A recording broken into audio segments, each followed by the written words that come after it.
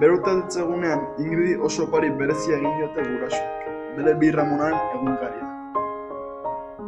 Irakurtzen doan heinean, gauzak diruditen baino zailagoak direla irakatsiko dio Bi Ramona Carmen Beltranek.